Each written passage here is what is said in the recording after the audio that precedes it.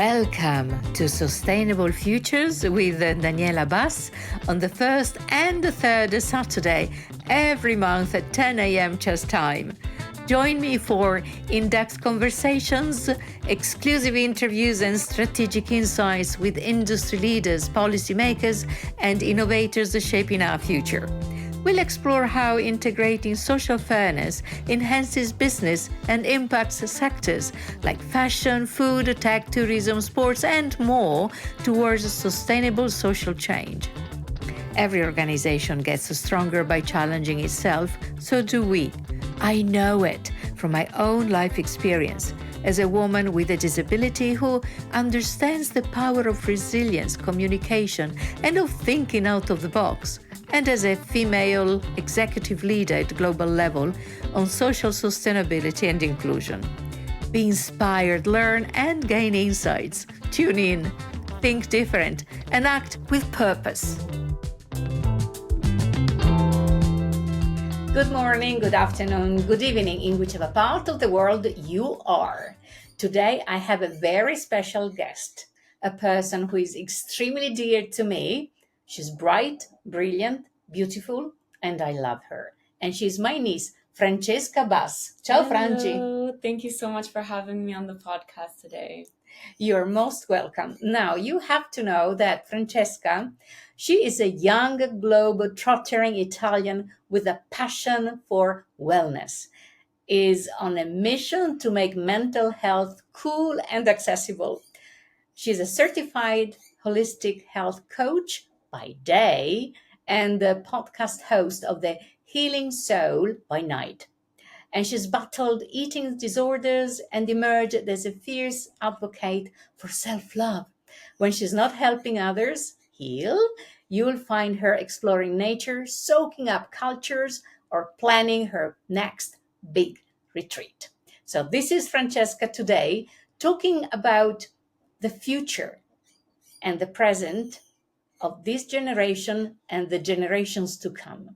So, dear Francesca, I'm extremely curious to know, and I would like you to share with our audience what inspired you to transition from studying psychology to becoming a certified holistic health coach, and how has this influenced your approach to mental health? Yeah, great question. There's a lot of layers in that one. So I've always been very passionate about well-being and mental health. Through my own struggles personally, I felt that there was a lot to be done in the system and also something that I felt passionate about learning. And so I did my bachelor's at the University College Utrecht, where I studied psychology and got to learn so much about the human mind and how we work. And like most people, I thought that I would go straight into becoming a psychologist after this.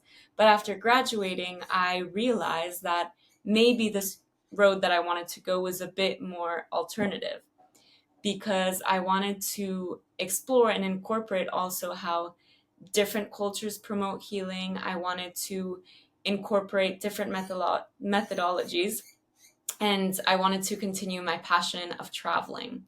And so what I decided I would do instead is to pursue a career in coaching. And I love the way that my psychology education and the coaching combines. And so in the last year has been my first year working by myself, where I have been combining the two and helping women heal from eating disorders, step into their power, and supporting people through their struggles. And I do know that you already started sharing your positive experience, because you had a false friend that you used to call Ed, but Ed was not really Ed. It was the acronym of eating disorder, ED. And I do know that even when you were just a student, already started sharing the benefits of believing in your inner beauty and also outer beauty. And that helped you actually to share some experiences in an amazing TEDx talk that you gave a couple of years ago, maybe more. You're 23 right now, so young and yet so much inspiring. The TED's talk was Life After Anorexia. and you shared it with the world. And if you could take one word as a takeaway of that TEDx talk, which one would that be?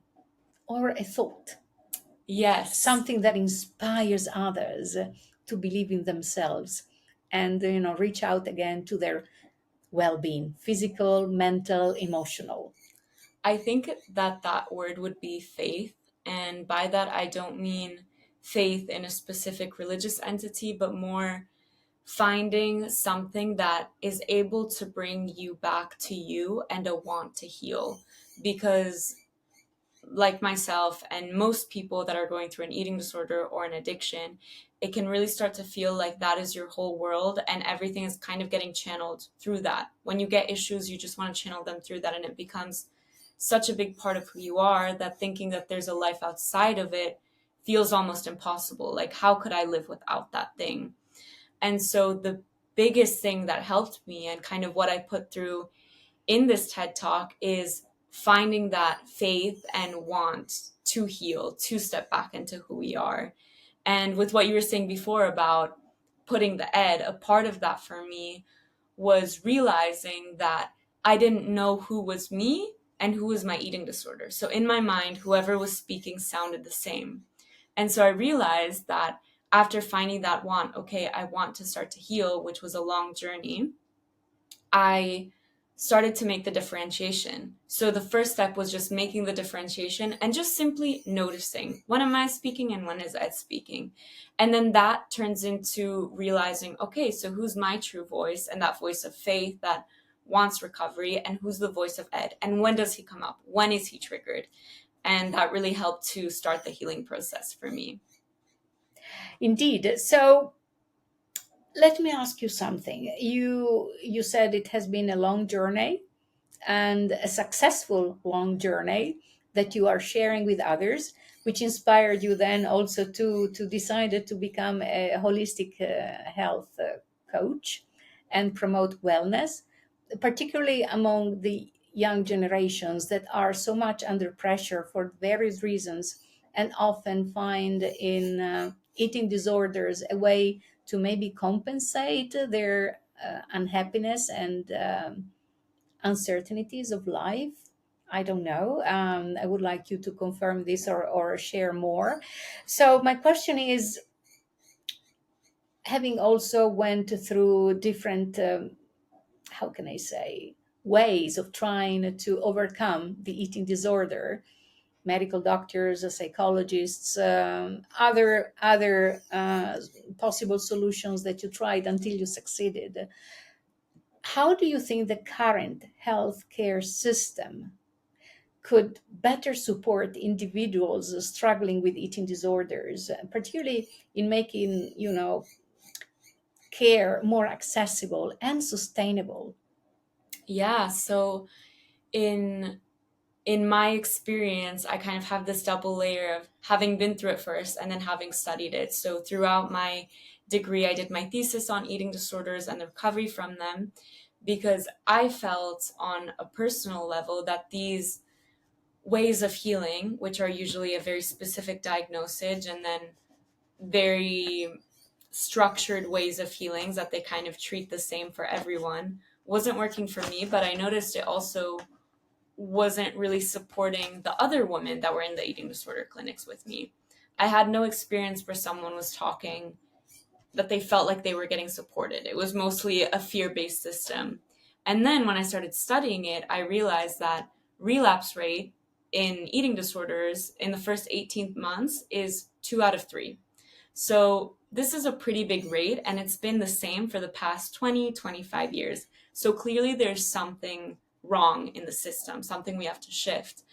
And what I found with that, and kind of how I treat my clients as well as how I approach my thesis, is that it felt like there wasn't enough attention on the individual, and also that there wasn't enough attention on the holistic well-being.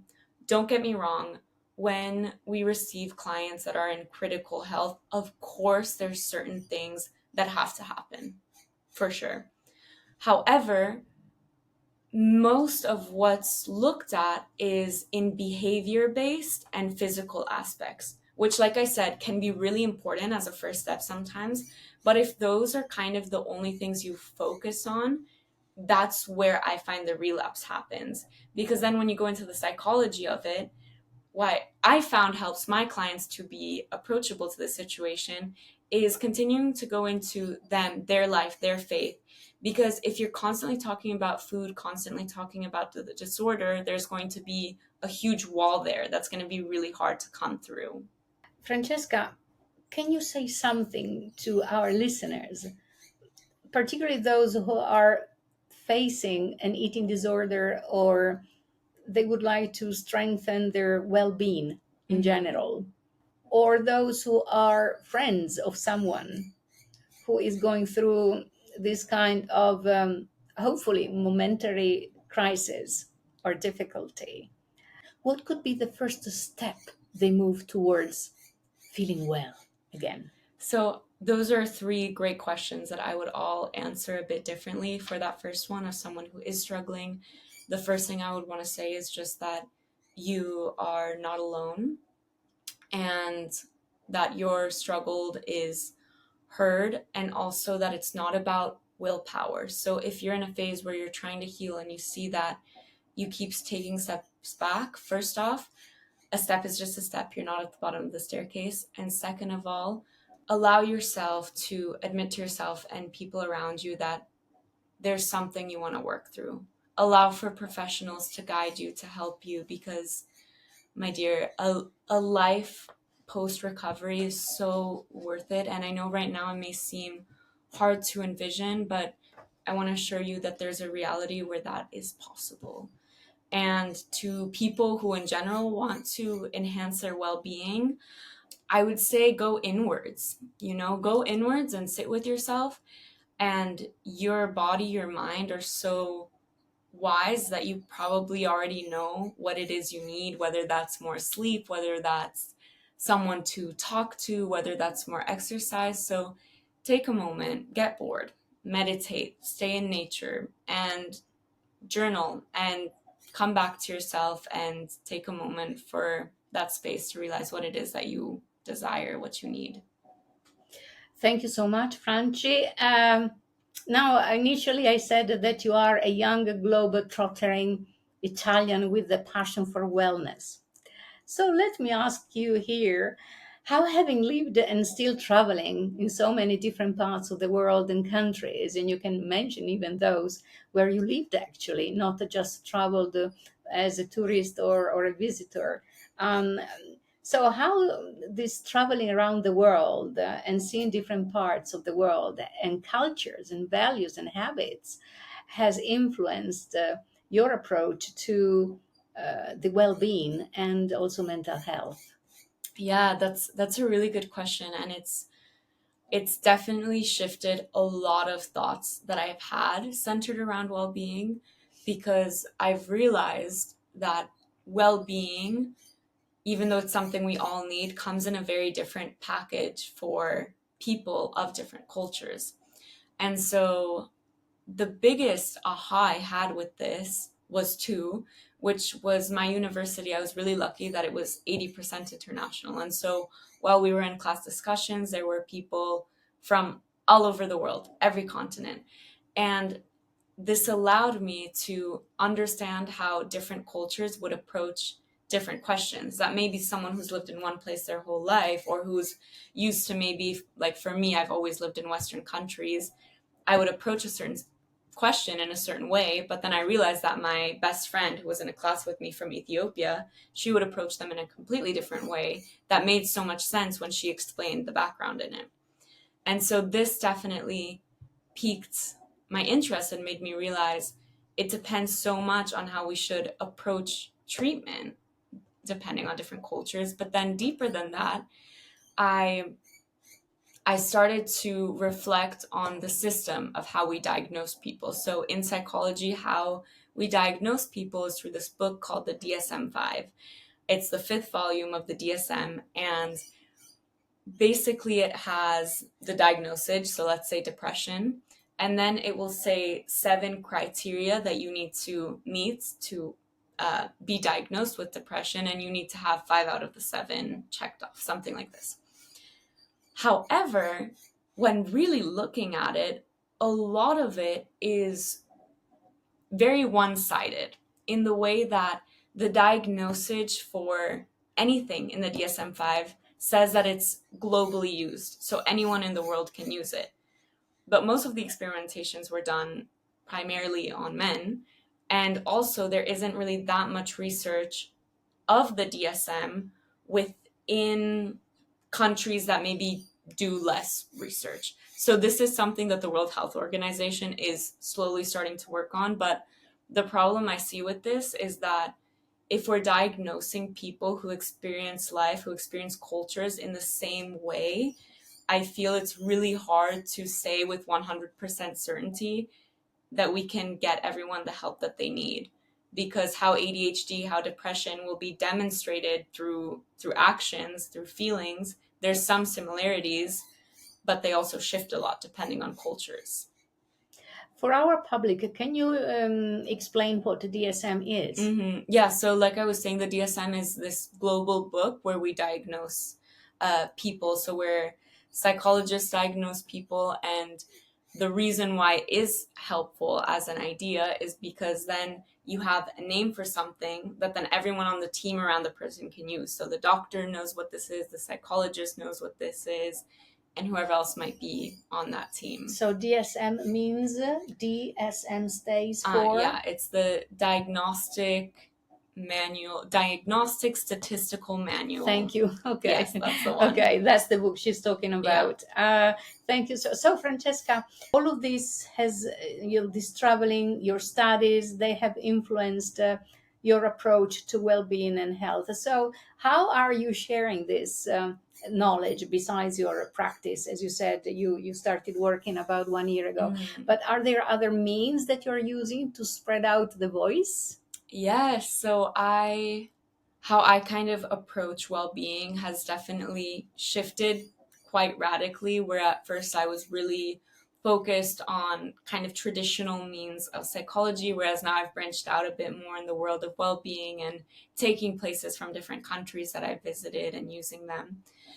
So now my means of sharing are through my own coaching, as well as a podcast that I started around a year ago, where we talk about everything healing, well-being, empowerment. I also wrote a book, which is a women's empowerment, coloring, and mindfulness book. And what else? I love being on Instagram and just sharing ideas, sharing what's going on, and creating a community through that way. And yeah, I would say those are the main means that I'm using. And she's only 23. All right. So, well, but even though you have, you're still very young, you still have a past. So let's now move to the past, present, and future, since this podcast deals with sustainable futures. So, once upon a time, Francesca, you were born. And then throughout your life, you met many friends and some who were not friends. And as I mentioned earlier on, one of these was ED, eating disorder. So, how have your experience overcoming eating disorders and then becoming a holistic health coach, how has this shaped current mental health practices, those you practice, for instance? I know that you shared a new way of looking at how beautiful you are, and you shared that in your TEDx, for instance. You created your own, if you wish, methodology. And how, what does it consist of, and how it has impacted you and others in the past? Yeah, so the way that I've kind of approached and went through my eating disorder, as well, kind of stepped into this world as a more holistic practitioner, has definitely shifted my practices towards myself. I have been, now it's been 3 months, that every day except for 2 days ago because I woke up way too late, have been meditating every morning, and I've just really been noticing how that has helped me throughout my day. I've been being more present. There's many practices, but the specific thing that you were mentioning is regarding body neutrality. So we kind of live in this world where many of us are constantly told what we should look like, whether it's directly or indirectly through movies, magazines, you name it. Especially women are targeted in this. And this reality of feeling like you don't love your body is something that many women experience, unfortunately. And what I noticed is that what was being pushed is this idea of body positivity, which is basically about loving your body. And as much as I like that idea, when I was getting through my eating disorder, that wasn't very approachable to me. And in fact, I felt like I was continuously failing because I just couldn't do that. And so I went this other route, which was something a bit deeper, which is body neutrality, which is all about loving your body for what it does for you, regardless of what it looks like. So this allows you to build respect and love for your body that, first off, doesn't fluctuate depending on what you look like. And second of all, is something that you're able to sustain and eventually will also make you accept and embrace your external appearance because of the love and respect you have. So this would look like if I went in the mirror and I looked at my stomach and I felt uncomfortable, I would go back and say, okay, I'm grateful for my stomach because it allows me to digest, because it holds all my organs. And even though it sounds a bit silly, the more you do this, the more you kind of reteach yourself how to look and appreciate and love your body. I couldn't agree more. So this has an impact in the past, meaning starting the recovery, and then we move to the present. So because our roots then, how can I say, tell us the story of where we come from and Mm-hmm. where we can go towards to. So from the past to go towards the future, we have to be, how can I say, very well positioned in our present, right? Mm-hmm. To be balanced in a current life.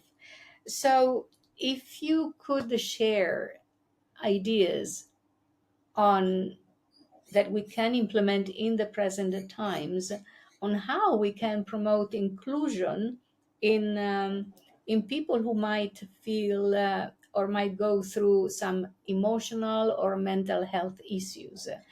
And I think of people who might have cognitive impairments, or people who are just going through a difficult phase in their lives. When I say cognitive, I may think, for instance, about or neurodivergent people. I think of autism, or you mentioned the H. I never remember the acronym. ADHD.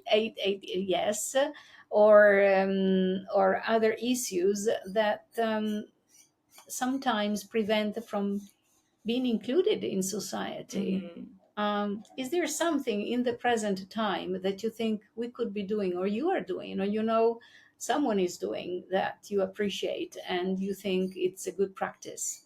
Yeah, absolutely. I think maybe I'll go about that question kind of in two ways, on first the Hmm. neurodivergencies and then in general well-being, which is that first one for neurodivergencies. I have dyslexia and ADD myself, and it's been something that has been a challenge at times, because you have a whole different way of thinking and a whole different way of reasoning, which means that the classical school system, for example, doesn't really suit you and can't really allow you to express how much you know, and sometimes diminishes the amount you can learn because of a lack of resources. So honestly, the first thing that helped me personally, because even though neurodivergencies aren't typically something I work with in my work, it's something that I've been through myself, was to learn about them, um, ideally through someone who perhaps at your school who you might know can help you learn about them and help you learn how to work with them. But if not, even for yourself, and really advocating for what it is those needs are. Now, in an ideal world, I would love to have the experience where we don't have to continuously advocate. But I do think that in the reality we're in right now, advocating is something that is really helpful. And if you know someone, both with a neurodivergence or even a mobility issue or whatever it may be, who's in some way compromised to study, to access places, you can also speak up. And I can assure you it makes a difference. The first thing that popped to my mind was at my school, in my university, my friend was on a wheelchair, and the elevator was broken for 3 weeks. And I went to a really nice university where, in theory, they talk a lot about inclusion. And so I was really surprised it wasn't fixed. And she had told them once or twice, but then she felt, it can be a lot to always have to fight and argue for what you need. So I went to the principal, and then I had a lot of people sign a paper, and then the elevator was fixed. So you can do something, even though maybe you feel like you can't. If you yourself are struggling or someone around you is, speak up. So that's what I would say for neurodivergencies and mobility issues we kind of went into. And as for in general well-being, I would say listen when someone around you is saying that they're starting to get sad, when someone around you is starting to struggle with food, whatever it may be. Listen, because it might be the start of something that, if you're able to support them to seek help sooner, or even just to talk about it sooner, might bring them to a path where they don't have to get as deep in that struggle. Um, and then what I would say for, I'll put this briefly, but I think it's an interesting point. I really hope that as a bigger system, we are able to realize that different cultures need different methodologies, whether it's a collectivistic country, whether it's an individualistic country. There's so many things that go into play. And so I really believe that even my methods, although there's some roots that I think are really, really helpful for everyone, it's important that as practitioners, we look at each person's different cultural perspective, where they come from, to understand how we can support them. So I hope as a bigger system, we improve on that. I told you she's a globetrotter. And, Francesca lived in Italy, she lived in the Netherlands, she lived in the United States of America. You traveled, you finalized your studies in Australia, you traveled to New Zealand, many countries in Asia, Africa, my gosh, Latin America, sooner or later you'll be Yeah. exploring Latin America as well. So this is why to live in a globalized world, and to make sure that what we learn and provide, particularly new generations, your generations and the new generations to come, have a different approach to many issues in a way that has to be sustainable. And to be sustainable, it has to respect different cultures, different values. And provide the tools required, the know-how, but then it has to be adapted to the culture and the values and so on we're interacting with, if we want to have a positive social change also in terms of wellness. So now we move to the future. There is this very important summit of the future organized by the United Nations, and I would really like you to give a message to people of your generation and the next generations to come, but also generations like mine, what we can do now so that there will be a better future for everyone. So imagine to be your age now, but in 50 years from now. So imagine to be in the year 2071. Okay. Mm. And what future for the well-being of people or mental health or another subject you would like to share with us? What would you hope to see in the year 2071, and what actions should we take in order to prioritize whatever vision you have by then? Yeah, I think by then, so 50 years from now almost, I would hope to see a world of more inclusion, of more respect, um, and a world where well-being and mental health support is something that is available to everyone. And I think that what we need to do in order to get there is first respect and listen that different people, different cultures have different needs. And instead of trying to shift that, just take it and find a way to work with it. And in order to make mental health more accessible, I think it's a road that I'm very hopeful for, because mental health is now something that's being more talked about. Unfortunately, in the public system, it's still quite challenging to get support.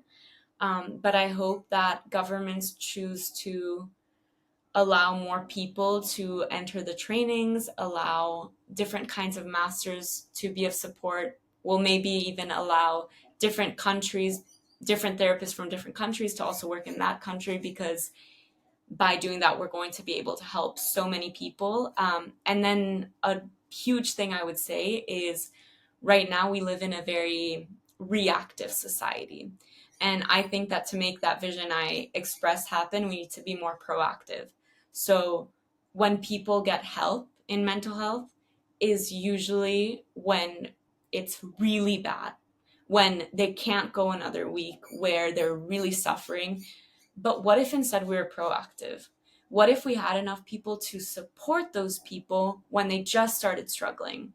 How would our world be different? I think it would be completely changed. So I guess that would be the biggest thing. Vision. And so you said, unite, to be united, and make changes, positive changes, also in the political setting. You said governments. Yeah. But if you young generations unite, then I'm sure that you will make sure that also policymakers, even the young ones who are going to become leaders and policymakers, will bring these issues to the table and make the changes we needed to have the future we want. Right? I hope so, yes. So, my gosh, I could carry on this conversation, but we are almost at the end of it. And so, what question would you ask to Francesca, and what answer Francesca would give to Francesca to that question? This is a tricky one. The first thing that came to my mind is I would ask myself, what's one thing you can do to improve your well-being? Because I believe that to make change, to help people, we need to nourish ourselves first. And that would be to be more present. With all the technology we have, with all the things we need to do, it can be so easy to live in the future or live in the past. But what I found is that through being present, through the little silly things, looking at the flowers, feeling the sun on your skin, that's the moments where I feel most alive. And that's the moments where I get to enjoy life and really nourish my well-being. If there are going to be people, listeners, who want to carry on this conversation with you, how can they reach you? Yes, absolutely. I would love to continue this conversation with anyone who is interested. So as I said, I offer health coaching for people, well-being coaching, and I also do talks. But also if you just want to chat, I would love to do that as well. So you can find me on Instagram at I am Francesca Bas, and I think that'll be linked in the show notes. And you can find me on my email, which is francesca.francescabas@gmail.com. Bas with an S. Yes. All right. Thank you so much, Francesca. Thank you. Grazie e tante buone cose. Bye. Ciao. As I wrap up this episode, my heartfelt gratitude to today's guest and to all of you. Join me for the next episode as we delve deeper with special guests, uncovering thought-provoking insights and actionable steps, paving the way for a brighter, inclusive, sustainable tomorrow. Thanks also to Damian Morton, music, and Maria Cortez Gagliano, social media. Don't miss out next episode on shaping the future we aspire to. Ciao, ciao!